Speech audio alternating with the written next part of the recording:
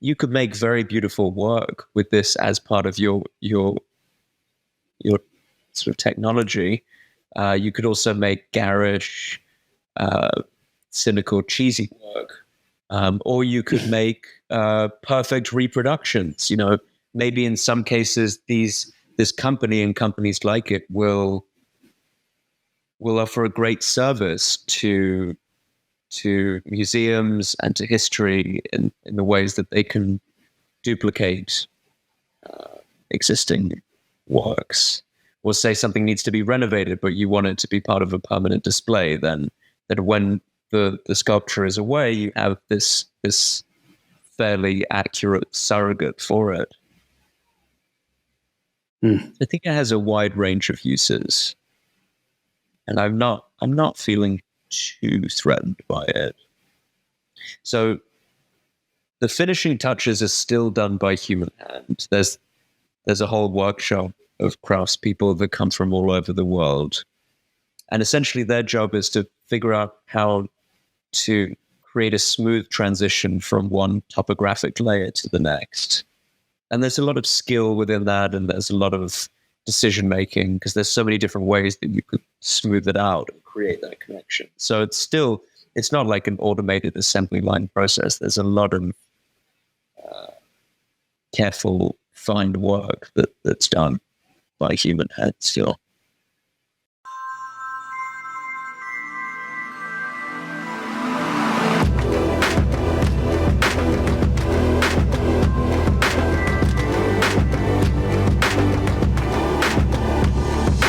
Now we get to dive into the last body of work, and I want to spend the majority of our time there because you were doing this in collaboration with the Smithsonian, correct?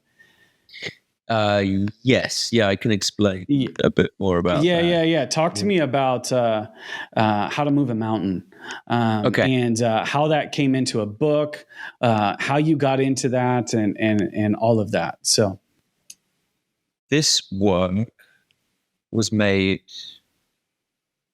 in some ways within the last year, but in other ways the roots extend back to a decade ago. I was in Carrara with my father and my stepmother and my two brothers. It was Christmas, and it was empty, completely empty. And my father spotted a man who worked in the quarry, and my father speaks fluent Italian, and he went up to the man and said, would you want to show us around? And the man said, of course. My dad gave him some cash, and he spent the day showing us around, and I must have made 10,000 pictures that day, and other than the day that I was married, it was still is the best day of my life, just because of the quality of the light and how magnificent the space is, and being there all together as a family. Anyway, years go by, I forget about the pictures, and then it comes up for nearly 10 years ago. And so just out of curiosity, I Google what's going on in Carrara. And the first thing that shows up is this company, which used to be called Robotor, and it's now called Lytics. And it's a company that is using robots to carve sculptures. And in doing that, it kind of allows artists to focus on being artists at the beginning and the end of the process. It's this white glove service, and I was fascinated by it. I was fascinated by it visually. I was fascinated by the fact that this company existed in a space that is synonymous with traditional sculpture and with the Italian Renaissance. And I knew that I would need support in order to go. And so I started just pitching around. I really don't do many assignments. I'm not sort of interested in that.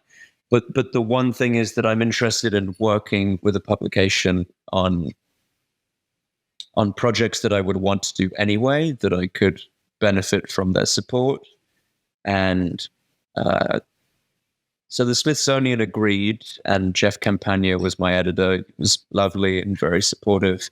And they got me access, and they financed the work. And I went for 10 days last spring to photograph the full production arc of one sculpture. And, when I arrived, I saw that there were robots in 6 different bays. Each of them was sort of contained within these semi-transparent plastic bays that let the light in a very beautiful way.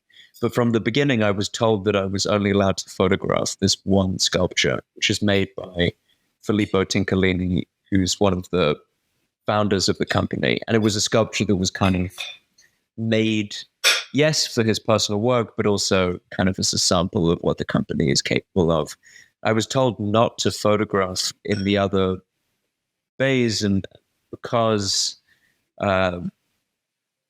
there are many people that use these services that would prefer that the general public did not know. So there's basically 2 types of clients that come to Robotool. There are the people like Zaha Hadid and Kors and Jeff Koons and Damien Hirst and Tony Craig. And they're all sort of quite comfortable with people knowing that they're working with a production company. In the case of Zaha Hadid, it's actually sort of interesting. A lot of the designs that she'd made in her life couldn't be realized because the technology hadn't caught up. And since she's died, her company is still active and run by a group of architects and engineers, and they've been carrying out her designs. And all of a sudden, the technology is at a point where it can make some of the things that she'd always dreamt of. So that's sort of group 1, and it's fine to photograph that. But the other group is the sort of neoclassical sculptors, and they have NDAs, and they would prefer that people did not know that they were using a robot to do some of their work. And then in the book, there are the photographs printed on a beautiful paper, and each signature is sort of punctuated by this industrial grade tracing paper. And I made these screenshots of the 3D schematics, and then we printed them directly onto the paper. It's a great combination. Working in those 3D spaces, they're little nodes, and so they're really interesting to kind of flip around in a 3D space, and to kind of see it being realized with a robot is pretty amazing. Absolutely. So this is sort of a context shot. I was interested in how the robot is so unwavering in its work. When people who work at Robotool go home for the night, the robot keeps working. And unlike a human sculptor who might have doubt, or who might stand back from the work and take a coffee break and then go back, or pursue one avenue of production and then double back and try it a different way, unlike that, the robot never gets tired and it never makes a mistake. And so every single mark it makes, it has this sort of capacity to understand how that relates to a mark that it'll make in 3 days' time. And I was interested in how that sort of, it starts with a very large tool, sort of a circular head, and it does the sort of broad outline of the shape. And it makes these lines that sort of look like a topographical map. And you can see in this picture that behind the statue, there's this sort of metal container. And basically, as the robot progresses in its work, it will automatically deposit the current sort of hand that it's using and take a finer hand from there.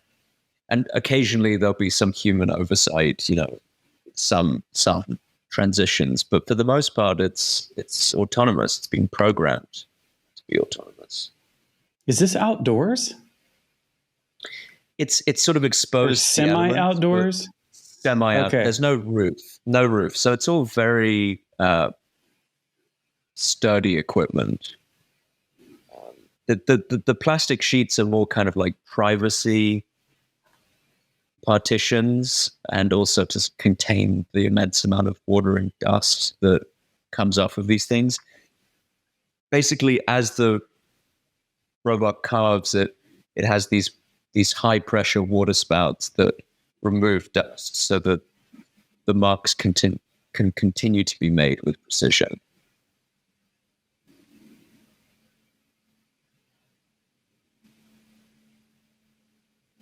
So you see the great lines in there.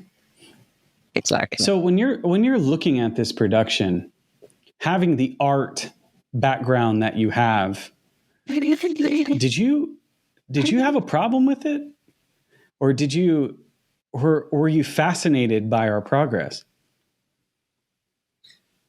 I didn't have a problem with it. What? Okay. No, not for me. No, because I think that there's always been anxiety about technological developments, and that often, with hindsight, we're able to see that it's less of a radical shift than we might have thought, and that there's still a way that a person can employ that tool. The tool doesn't define the person. The person can just add it to to their arsenal of creative tactics. And so sorry, go ahead. That's been the big complaint against photography, and people try to define us by our tool and not necessarily by what we're making. And so, Sure. Yeah, that probably makes me more sympathetic to the robot. Interesting. That's an interesting connection there. I don't know. I'm conflicted. I almost have a lot of respect for the feat itself. The journey of carving a rock like this, or stone like this into something magnificent. That feat, but I don't know. I find that, and I was curious what your thoughts were. You were continuing on there. You were adding something else, so I'm kind of curious what you think. Yeah, I think I should probably go back a little bit first. Yeah. I see the stratification on there too that's starting to form. I thought that was interesting. Go on. Keep going. Totally. When I arrived, I was told that I should stand behind this mine because the robot moves unpredictably. It's very dangerous. Big bits of marble can go flying, which, easily injure someone.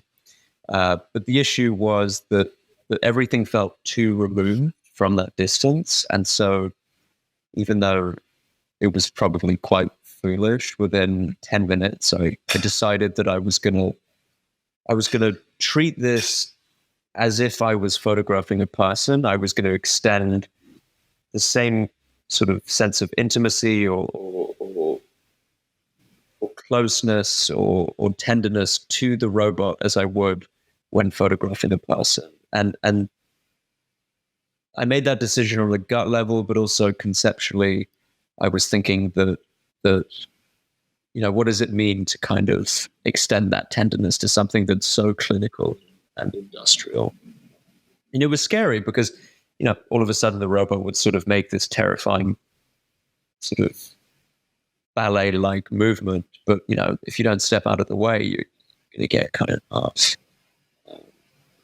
And so that process of being close to it was kind of key to the way that I made the work. And I think ultimately it's it's just a question of how it's used was sort of what I arrived at. Yeah. You could make very beautiful work with this as part of your sort of technology. You could also make garish, cynical, cheesy work, or you could make perfect reproductions. Maybe in some cases, this company and companies like it will offer a great service to museums and to history in the ways that they can duplicate existing works. Or say something needs to be renovated, but you want it to be part of a permanent display, then that when the sculpture is away, you have this fairly accurate surrogate for it. I think it has a wide range of uses, and I'm not feeling too threatened by it. So the finishing touches are still done by human hand. There's a whole workshop of craftspeople that come from all over the world, and essentially their job is to figure out how to create a smooth transition from one topographic layer to the next. And there's a lot of skill within that, and there's a lot of decision making, because there's so many different ways that you could smooth it out and create that connection. So it's not like an automated assembly line process. There's a lot of careful, fine work that's done by human hands still.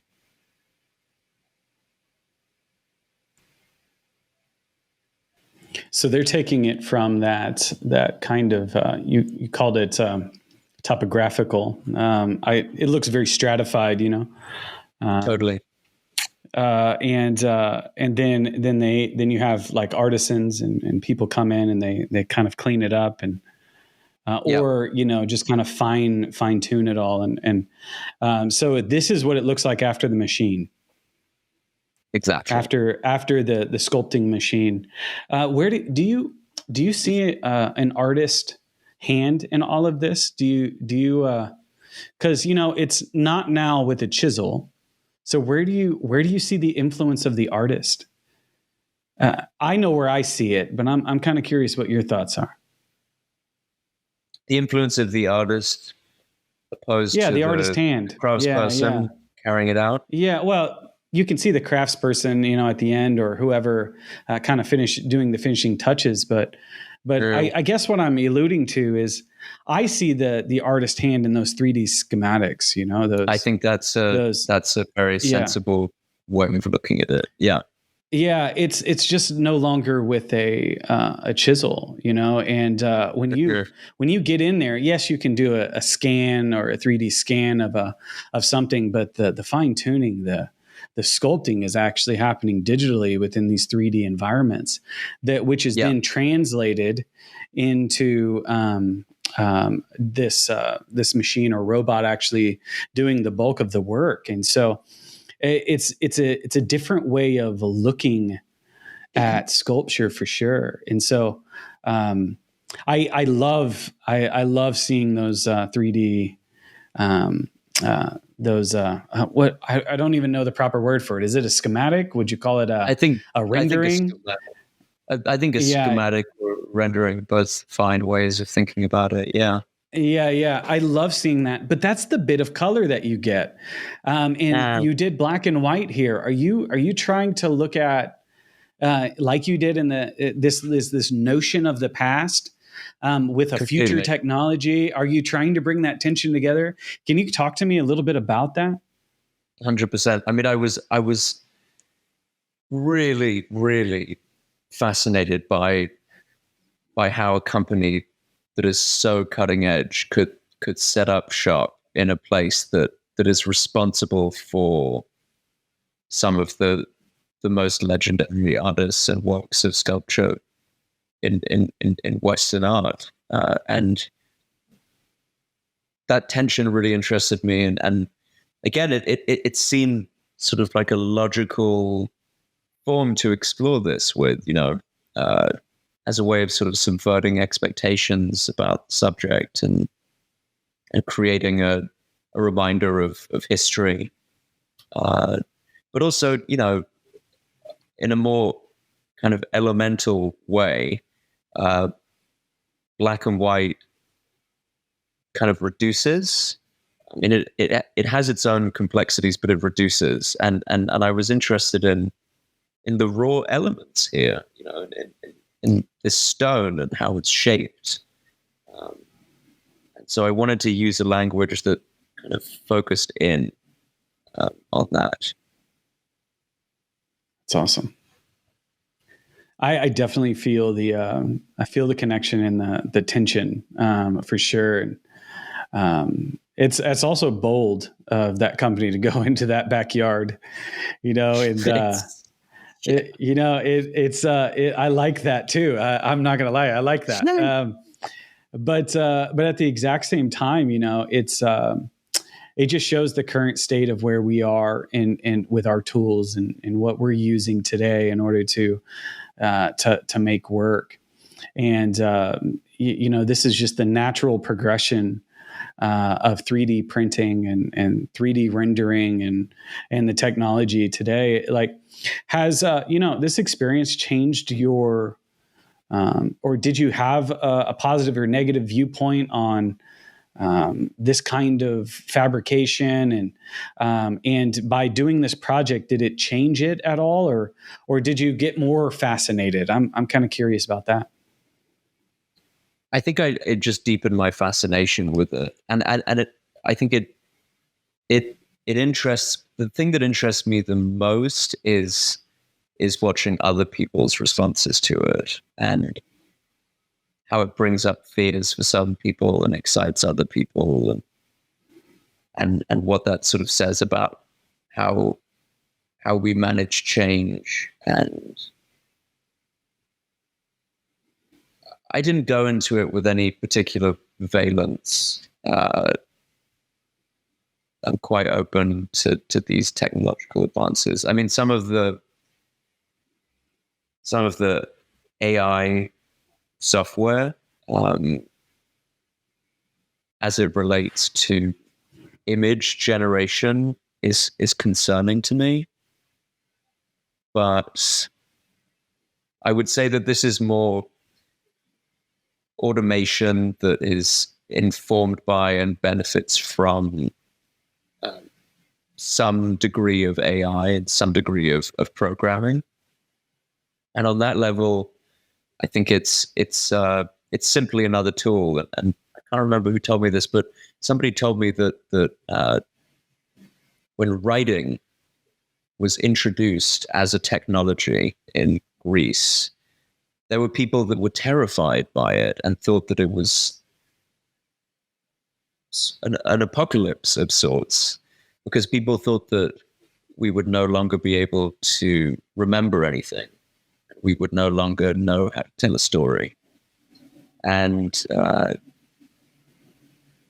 think that since then, a lot of things have been remembered, and there have been a lot of wonderful stories. So I just think about that as kind of a bellwether for paranoia about new technology. I mean, we have to remain critical of these technologies, especially because they are made by people, and they're going to benefit certain people.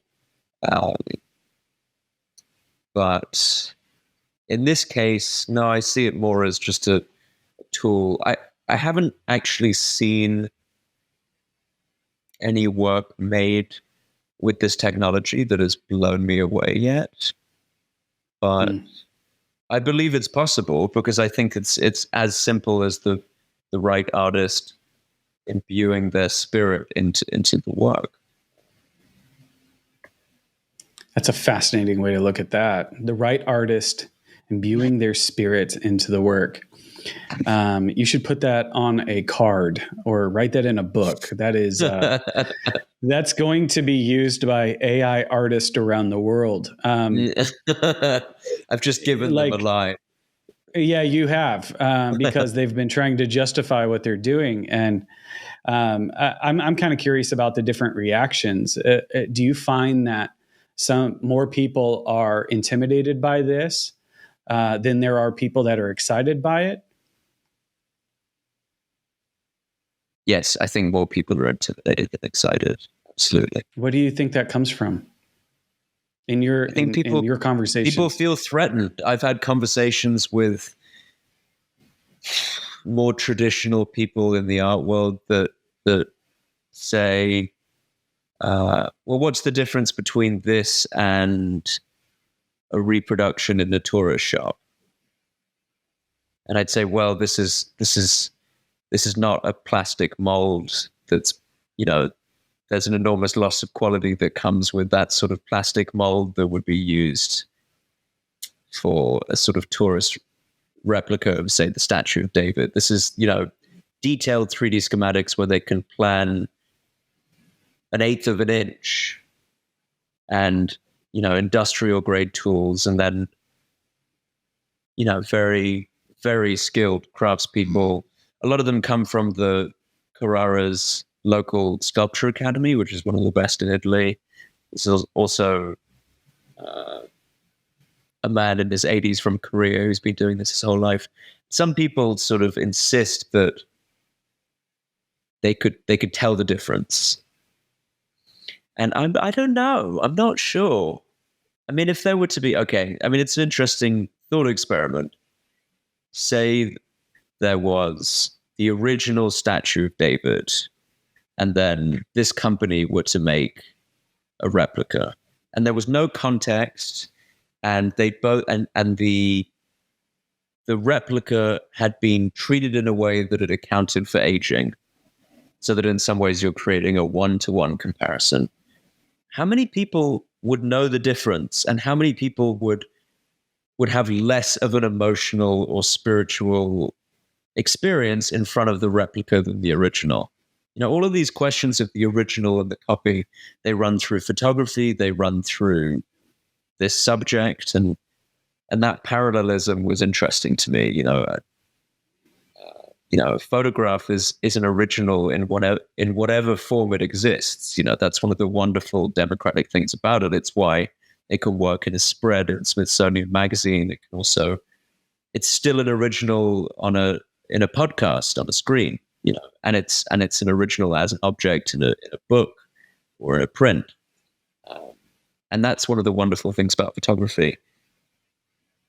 With sculpture, it's, you get into sort of a fetishistic zone quite quickly, where there's sort of like the aura of the original thing is what certain people say, and maybe it's true. I don't know, but I mean, another example: if you were to take, my favorite sculptor is Brancusi. If you were to take a Brancusi sculpture and do a 3D scan of it, and then have this company make a replica and not provide people any context, would they feel differently? Would they have less of an experience? And does that invalidate the whole work if a duplicate could be as powerful? Or does it just mean that it's a bit of a democratization of the thing, which might scare some people and really excite others? It's a complex thing, and I think sculpture has a unique quality about it, because it has the feat itself of carving stone is extremely difficult, and it requires patience and time and effort, and I know a lot of these were collaborative efforts, and so like it, when you take the feat away, of that initial thing, I think that's where it kind of blurs the line.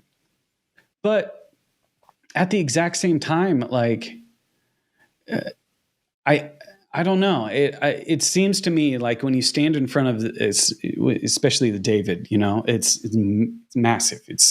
It's gorgeous, and you just think about a human did that, you know what I mean? But does it change it when the robot is now doing that? And so, I don't know.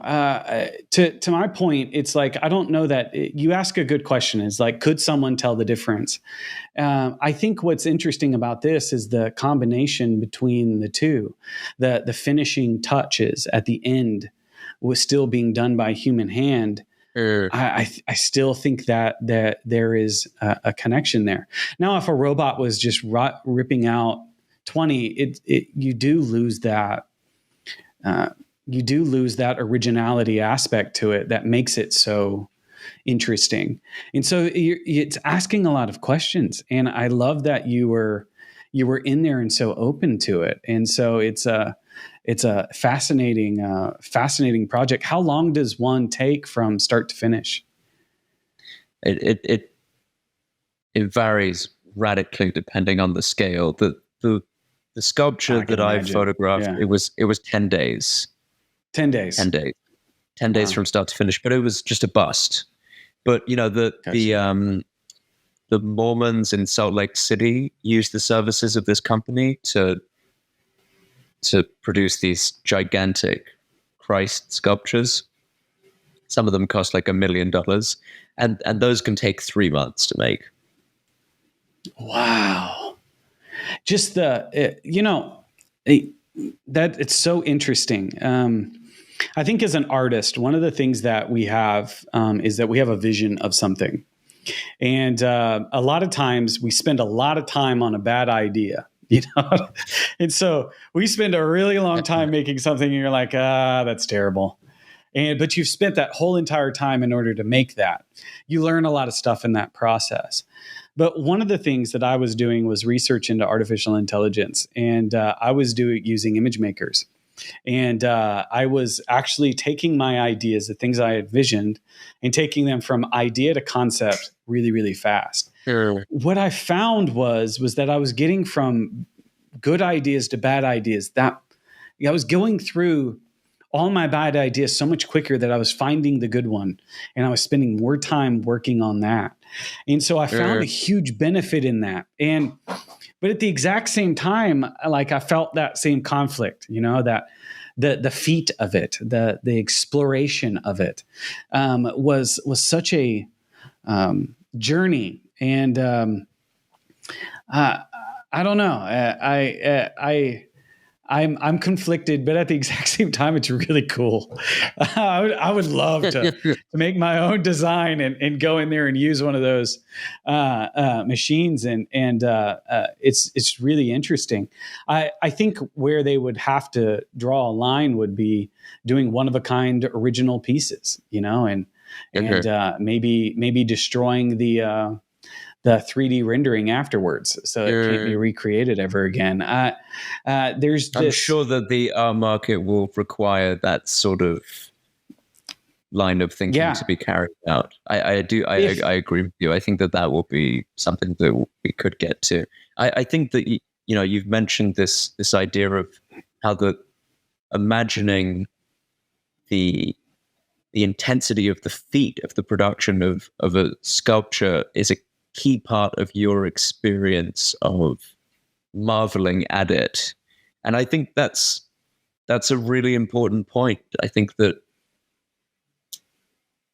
there are multiple ways of assessing the value of something. One of them is just to stand in front of an object and kind of absorb it or think about it. But one of the things that makes art powerful is thinking about the people behind it, and then the lives that they've had and what led them to make it, and struggles or the victories that they had along the way. And that's why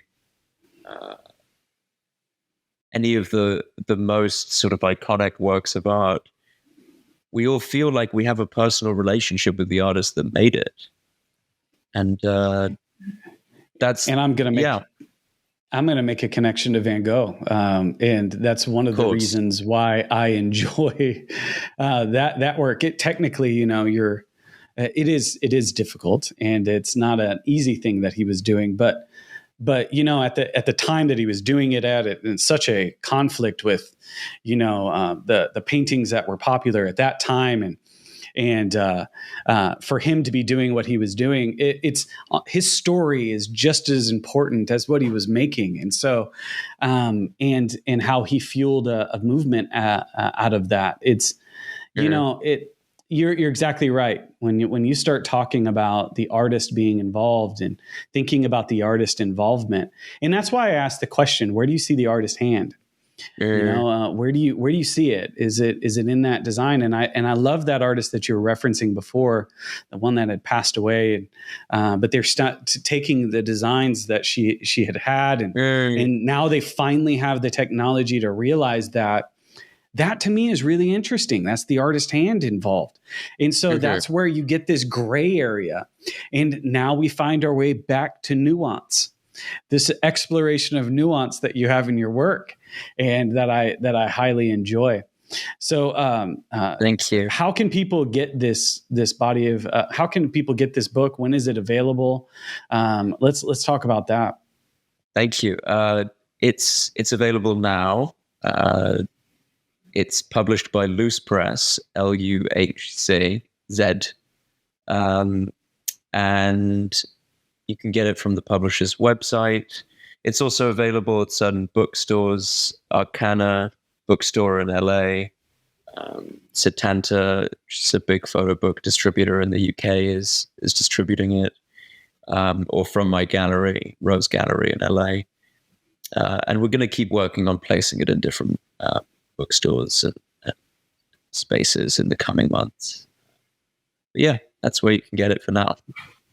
It's a great book, great layout too. I really enjoyed kind of flipping through it, and so congratulations on a great book there. I think everyone should get it. It's